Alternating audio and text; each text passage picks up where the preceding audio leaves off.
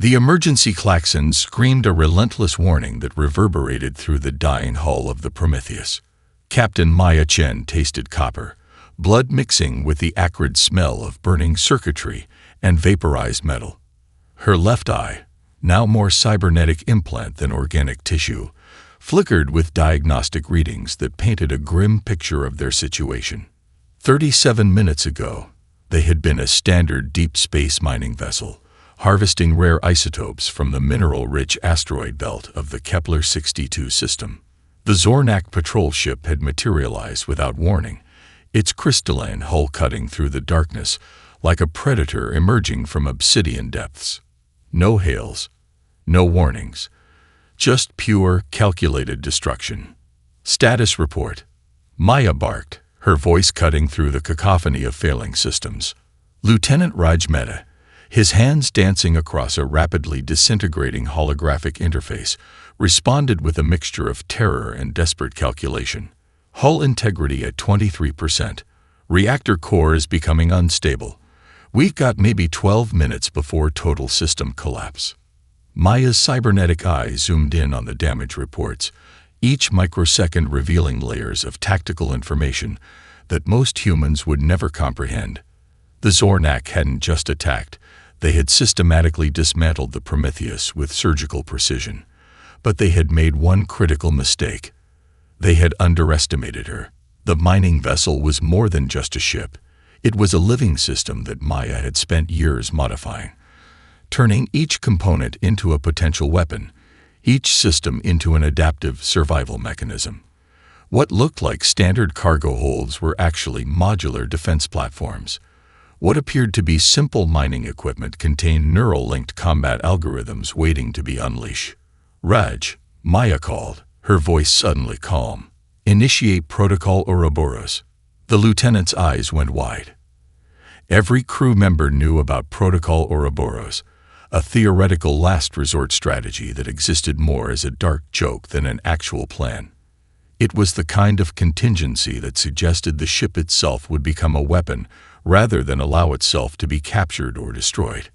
As Maya's fingers danced across the emergency interface, the ship began to change.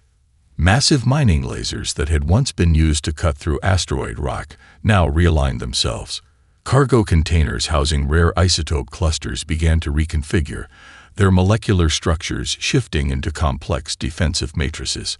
The very hull of the Prometheus started to ripple and adapt, nanomaterials responding to Captain Chen's neural commands. The surviving crew, barely 23 of the original 112, watched in a mixture of terror and awe. Some had served with Maya for years and knew her reputation. She wasn't just a captain. She was a living legend in the human deep space exploration corps. Rumors circulated about her extensive cybernetic modifications, about missions that existed only in classified archives. Outside the ship's failing containment fields, the Zornak patrol vessel continued its methodical destruction.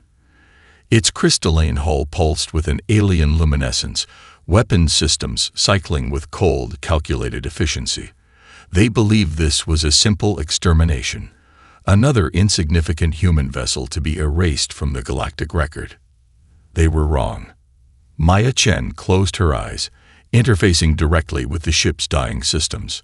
Her consciousness expanded, merging with the Prometheus's neural network.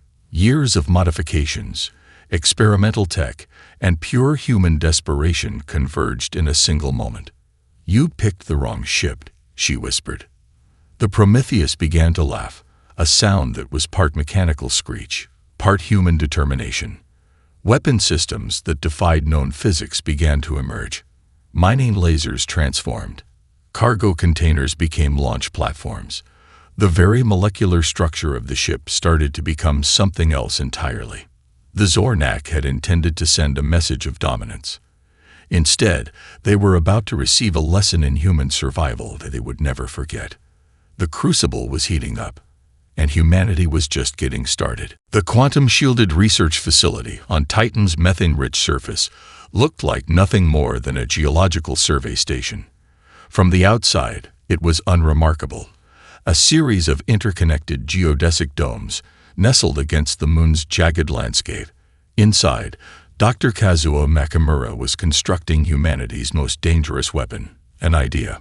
Holographic displays surrounded him, each screen a kaleidoscope of data streams, alien communication patterns, and complex neural network simulations.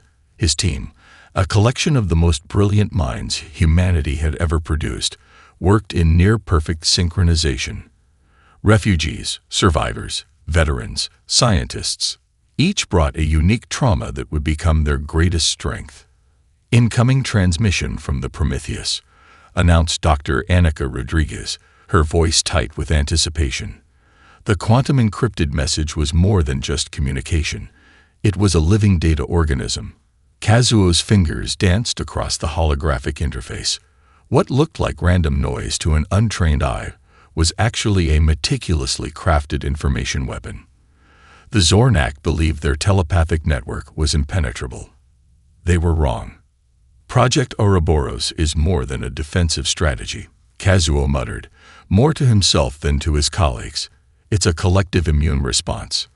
The genesis of their work traced back to humanity's darkest moments. The Zornak hadn't just been occasional aggressors.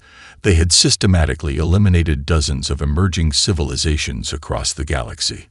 Each extinction was a data point, each survivor a potential node in a living, breathing information network. Dr. Elena Okoa, a neuropsychological warfare specialist, approached with a datapad showing increasing anomalies in Zornak communication networks. "Look," she pointed, "the disruptions are spreading like a neural infection. Each survivor's experience becomes a weapon." The facility itself was a marvel of adaptive technology. Walls could reconfigure, computational systems could metamorphose. Every piece of equipment was both a research tool and a potential combat system. Humanity had learned that survival wasn't about overwhelming force. It was about unprecedented adaptability. Kazuo zoomed in on a particular data stream. What appeared to be random quantum fluctuations was actually a carefully engineered cognitive payload. Each bit of information was a precision-tuned psychological trigger designed to exploit the unique vulnerabilities of the Zornak's collective consciousness. "We're not just collecting data," Kazuo explained to a junior researcher who watched in awe. "We're creating a distributed intelligence network that turns human resilience into a tactical weapon." A holographic representation of the galaxy spun before them. Hundreds of tiny nodes, each representing a human survivor, a refugee, a victim of Zornak aggression, began to pulse with an increasing intensity. They weren't just data points.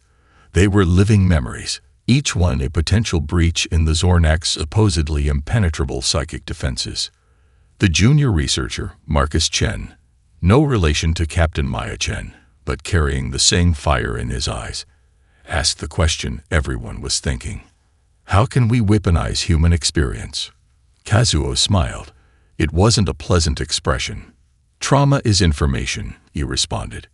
"And information, in the right hands, is the most powerful weapon in the universe." The Titan facility was more than a research center. It was the crucible where humanity was redefining the very concept of warfare. Traditional militaries fought in terms of ships, weapons, and territorial control.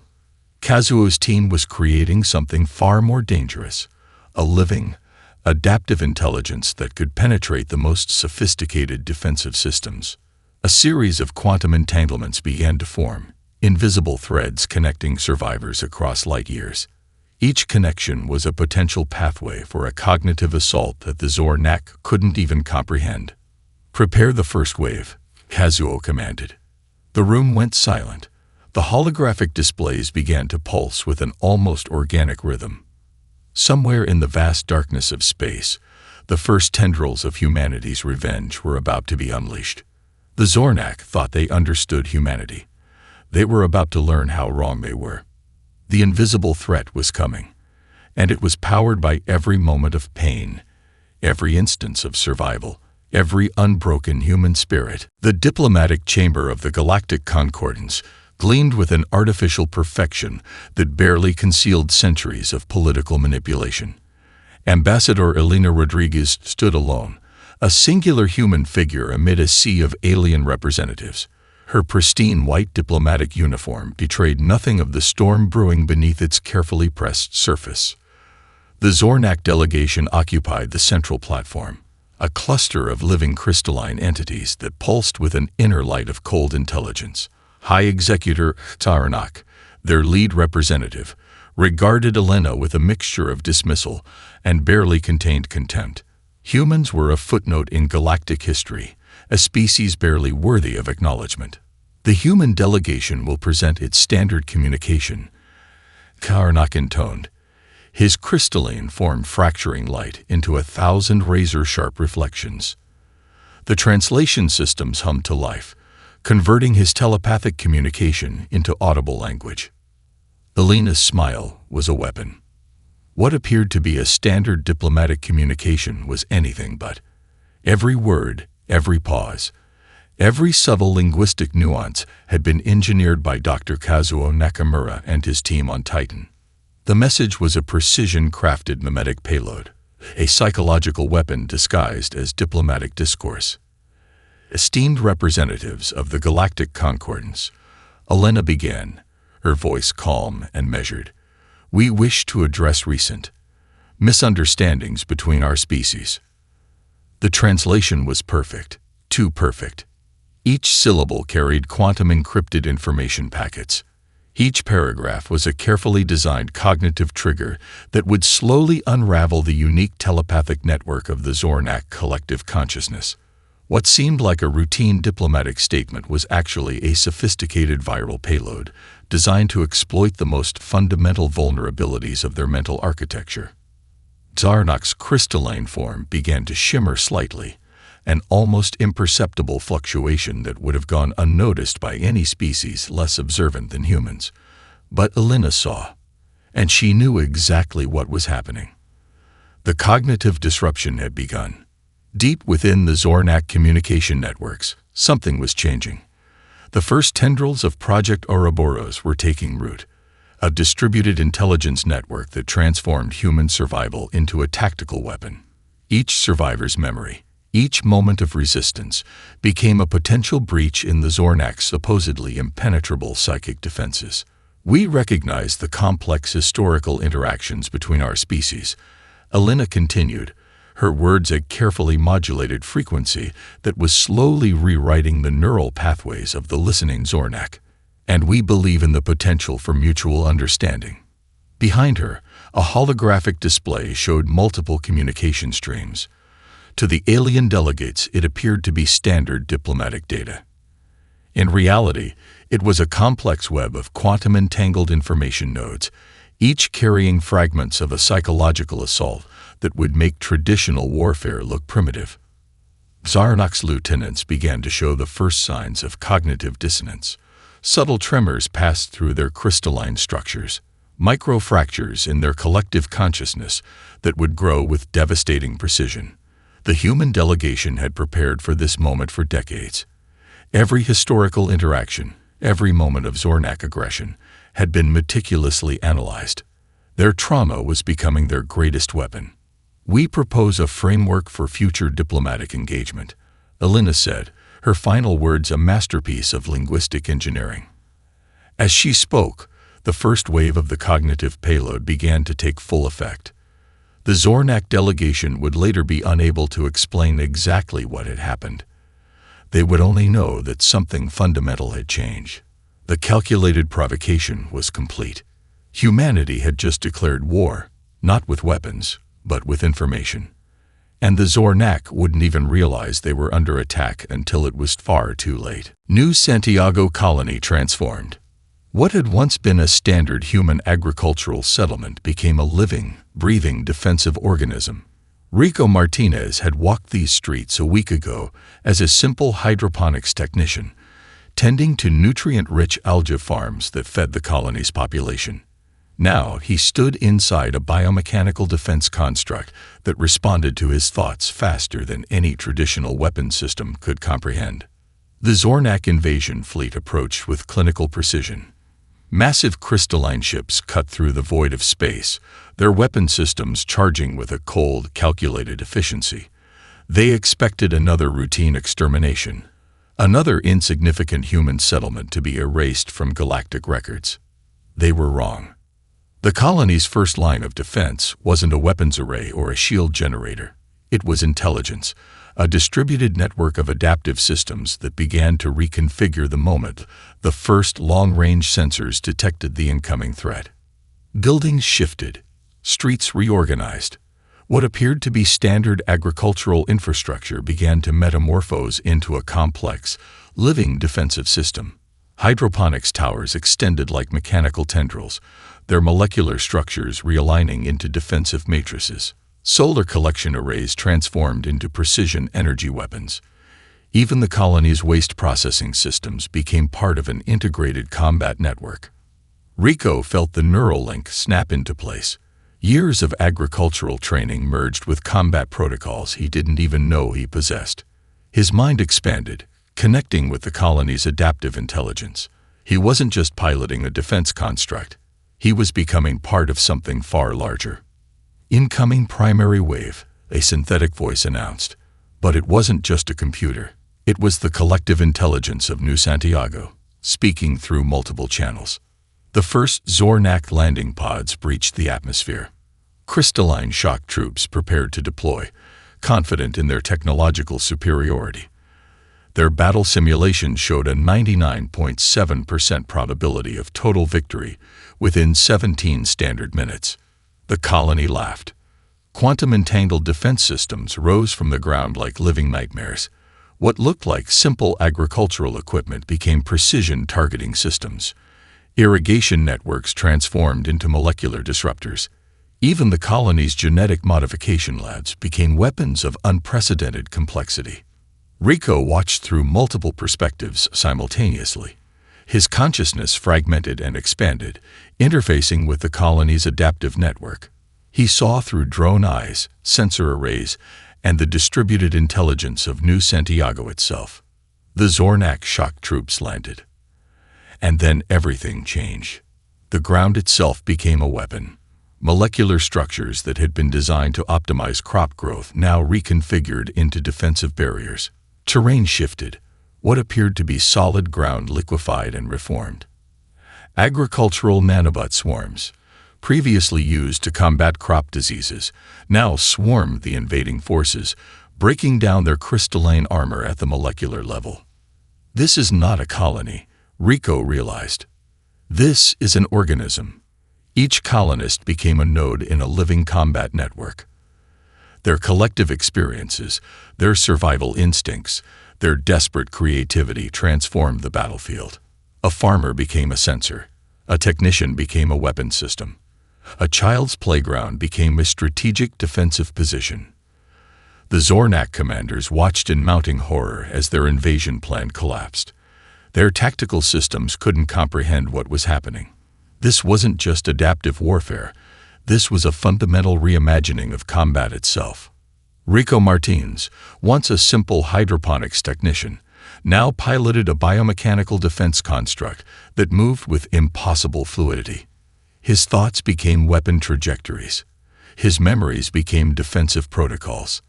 The line between human and system blurred completely. "We are New Santiago," the collective intelligence announced, not as a threat, not as a declaration, simply as a fact. The invasion would end, not with a battle, but with a comprehensive demonstration of why humanity was something entirely new in the galactic ecosystem. Adaptive, resilient, unbreakable. Deep within the crystalline chambers of the Zornak Imperium, something was breaking. High Executor Xarnak felt it first, a subtle fracture in the collective consciousness that had defined their species for millennia. Their telepathic network, once an unbreakable web of shared intelligence, began to splinter in ways that defied all known psychological warfare protocols. The first wave of disruption came as memories. Not their own memories, but human memories. Raw, unfiltered experiences that burned through their collective consciousness like quantum-charged acid. A child's terror during a previous Zornak attack. A refugee's moment of defiance. The last thoughts of a civilization crushed beneath Zornak expansion. Each memory was a weapon. Zornak Secondary Coordinator, Krellmax was the first to fully break. His crystalline form began to vibrate at impossible frequencies. Internal structures fragmenting as human experiences flooded his neural pathways.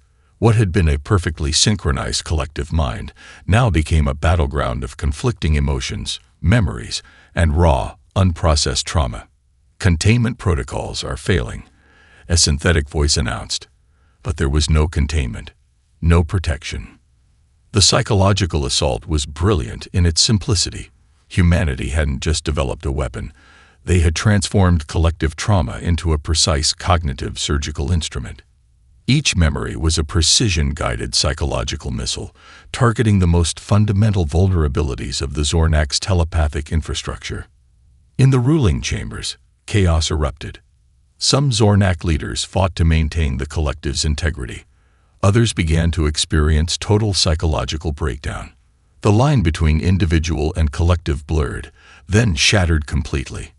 Memories that were not their own began to rewrite their fundamental understanding of existence. They saw Earth, not as a distant, insignificant planet, but as a crucible of survival. They experienced humanity's history, not through clinical data streams, but through visceral, emotional experiences.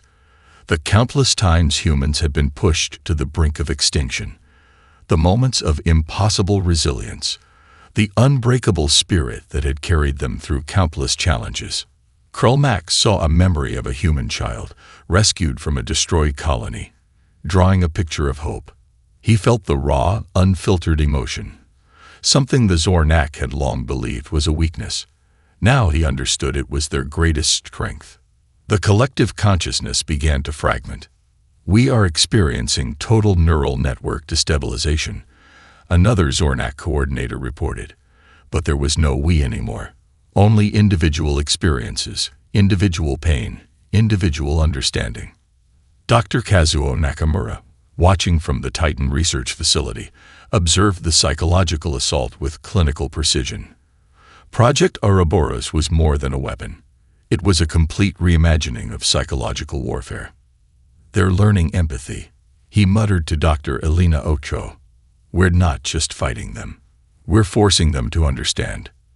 The Zornak had spent millennia believing that collective consciousness was the ultimate form of intelligence.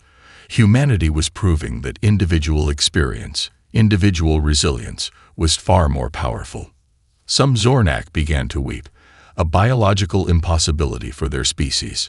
Some began to remember individual identities long suppressed by the collective.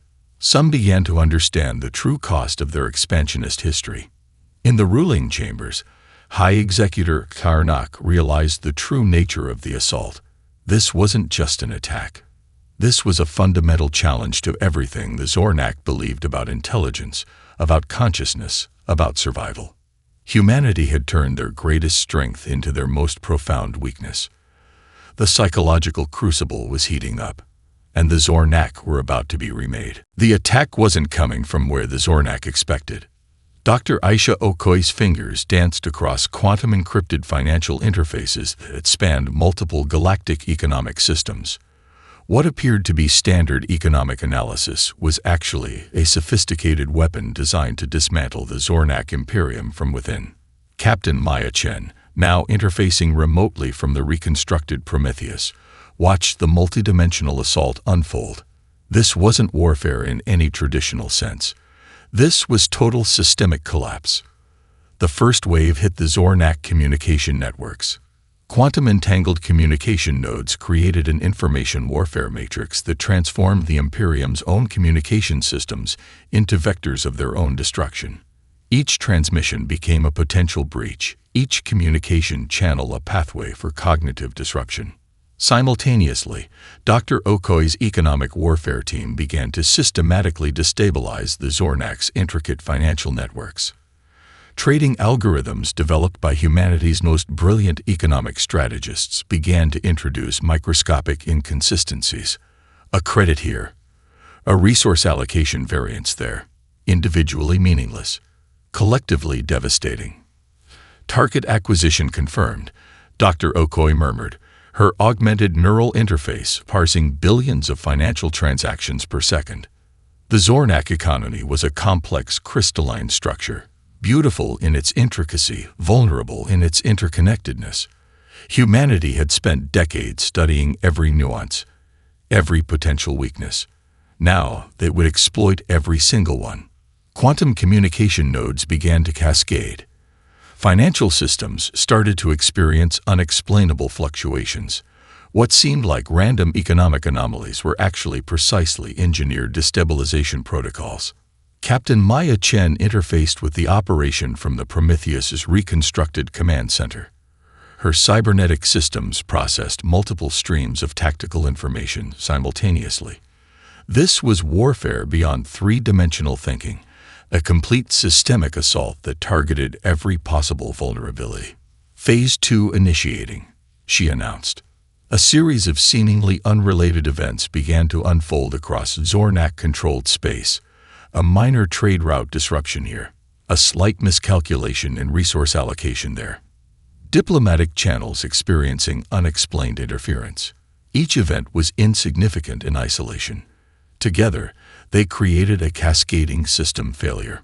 Dr. Elena Rodriguez, working from the diplomatic division, introduced carefully crafted communication vectors that would further exploit the psychological damage from their previous medic assault. Diplomatic channels became additional vectors of systemic disruption. The Zornak didn't realize they were under total assault. Their communication networks began to experience microscopic breaches. Financial systems started to show unexplainable inconsistencies. Diplomatic channels became sources of increasing internal tension. Every system the Zornak believed was a strength became a potential point of failure. "We're not destroying them," Dr. Kazuo Nakamura observed from the Titan Research Facility. "We're deconstructing them. Systematically. Completely." The multidimensional assault targeted every possible system: communication, finance, diplomacy, psychological stability. Each vector was a precision instrument designed to create maximum systemic stress. On the Prometheus, Captain Chen watched the tactical displays. What appeared to be random data streams were actually a complex, interwoven assault that would make traditional warfare look primitive. Total systems infiltration at 63%, her neural interface reported. The Zornak Imperium was experiencing a total systemic collapse, not through traditional military force, not through direct confrontation, but through a comprehensive, multidimensional assault that targeted every possible vulnerability. Humanity had transformed warfare into a form of systemic acupuncture, finding the most precise points of intervention, applying the minimal force necessary to create maximum disruption. The crystalline empire that had dominated countless civilizations was about to learn a fundamental lesson about adaptability, resilience, and the true nature of strategic innovation. And they wouldn't even understand what was happening until it was far too late. The Galactic Concordance Tribunal Chamber was unlike any diplomatic venue in known history. Suspended in zero gravity, its crystalline walls shifted with holographic projections that captured the raw, unfiltered history of countless civilizations. Hundreds of species watched, some in person, most through quantum-linked telepresence. Dr. Elena Rodriguez stood alone. She wasn't just a diplomat. She was humanity's living testament, a weapon forged from centuries of survival, resistance, and unbreakable spirit. High Executor Tarnok's crystalline form had lost its previous luminescence. Where once there was cold, calculated superiority, now there was something entirely different. Uncertainty. Fear. A growing understanding that would reshape the entire galactic power structure. The human delegation will present its evidence, the tribunal's synthetic arbiter announced. Dr. Kazuo Nakamura began the presentation. But this was no ordinary proceeding. It was a comprehensive deconstruction of the Zornak Imperium's entire historical record. Holographic displays erupted around the chamber.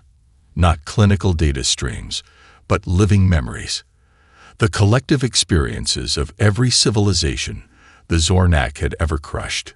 Each image was a weapon, each testimony a tactical strike against the Imperium's carefully constructed narrative of superiority. A child's drawing from a destroyed colony, the last transmission of a research vessel. Fragments of cultures erased, civilizations eliminated. Humanity had collected every single piece of evidence, transforming collective trauma into an irrefutable indictment. "We are not here to seek revenge," Elena began, her voice cutting through the chamber with surgical precision. "We are here to demonstrate a fundamental truth about survival." The holographic displays began to shift. They showed not just the Zornak's crimes, but the response of those they had attempted to destroy. The resilience, the adaptation, the unbreakable spirit that defined emerging civilizations. Zarnak's lieutenants began to fracture. Their collective consciousness, once their greatest strength, now became a conduit for understanding the true cost of their expansionist history. Dr. Nakamura's presentation was a masterpiece of psychological warfare. Each piece of evidence was carefully selected, each narrative thread designed to unravel the Zornak's understanding of their own history. This wasn't just an accusation. It was a complete cognitive reconstruction. In 3,742 documented instances, Kazuo announced, the Zornak Imperium systematically eliminated emerging civilizations, not for survival, not for resources, but for the simple reason that they could. The chamber went silent. Quantum-encrypted data streams showed the full extent of the Zornak's historical aggression, not as cold statistics, but as living, breathing experiences. The memories of those who had been eliminated became a collective voice, a testimony that no legal argument could ever counter. Elena Rodriguez stepped forward. Her movement was deliberate, calculated. "We are not asking for punishment," she said. "We are demanding transformation." The holographic displays began to show something else. Not just the destructions, but the recoveries, humanity's journey, the countless times they had been pushed to the brink of extinction, the moments of impossible resilience. Captain Maya Chen's testimony appeared, a recording from the reconstructed Prometheus. Her cybernetic eye captured every nuance, every moment of survival against impossible odds. The Zornak delegation began to experience something they had never known: empathy. "This is not about human superiority," Elena continued. "This is about the fundamental right of every species to exist, to evolve, to survive." The tribunal chamber became a crucible of collective understanding. The line between accusation and revelation blurred completely. Humanity wasn't just presenting a case. They were rewriting the entire understanding of galactic civilization. The reckoning had begun, and nothing would ever be the same. The aftermath was nothing like anyone had predicted. The Zornak Imperium didn't collapse. It transformed. Captain Maya Chen stood on the observation deck of the newly reconstructed Prometheus, watching as the first collaborative research station between humans and former Zornak began to take shape. Massive construction modules drifted against the backdrop of an unnamed star system, a testament to what could emerge from the crucible of understanding. Krell Max, once a secondary coordinator of the Zornak Collective, now an individual working alongside human researchers, approached her, the crystalline being moved differently now. Less rigid, more curious. "We never understood," Krell Max communicated, the translation systems capturing both the verbal and the telepathic nuances. That individuality was not a weakness. It was evolution. Dr. Kazuo Nakamura's research had proven to be more than a weapon. It had been a catalyst for fundamental change. The psychological assault that had initially targeted the Zornak's collective consciousness had become something far more profound. A bridge between species, a method of forcing empathy on a galactic scale. The first wave of transformed Zornak began to integrate into galactic society in ways no one could have anticipated. Their collective knowledge, now tempered by individual experience, became a resource rather than a weapon. Research stations sprung up. Collaborative missions began. Rico Martinez, the former hydroponics technician who had become a key figure in the new Santiago defense, now led an interspecies agricultural development program. The same adaptive technologies that had defended the colony were now being used to solve critical resource challenges across multiple star systems. "We're not just rebuilding," Dr. Elena Rodriguez explained during a briefing. "We're redefining what civilization means." The galactic power structure had been completely rewritten, not through military conquest, not through diplomatic manipulation, but through a fundamental transformation of consciousness. Quantum communication networks that were once weapons became bridges of understanding. Economic systems that had been designed for exploitation now focused on collective growth. The very fabric of galactic interaction was being rewoven. High Executor Xarnak, now working as a primary diplomatic liaison, discovered something the Zornak had never understood. Individual stories matter. Each experience is a universe unto itself. Humanity didn't defeat us, Xarnak told a gathering of galactic representatives. They evolved us. The research facility on Titan, once a hidden weapon of psychological warfare, became a center for interspecies understanding. Dr. Aisha Okoy's team developed communication protocols that didn't just translate languages, but translated experiences. Maya Chen watched all of this with her cybernetic eye, processing multiple streams of information.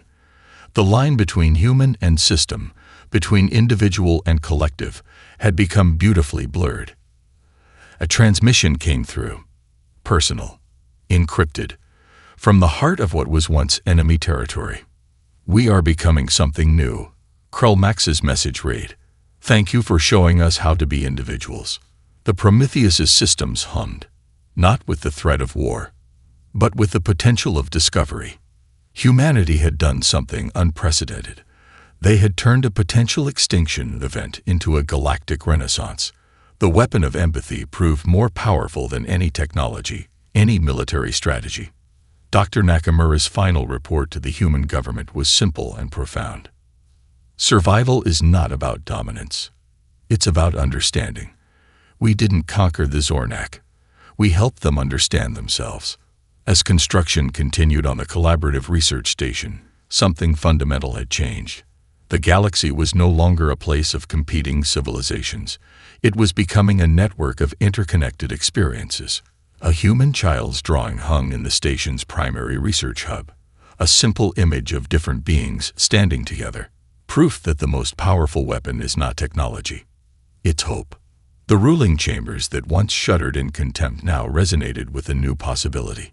Humanity had rewritten the rules of galactic civilization, and they were just getting started.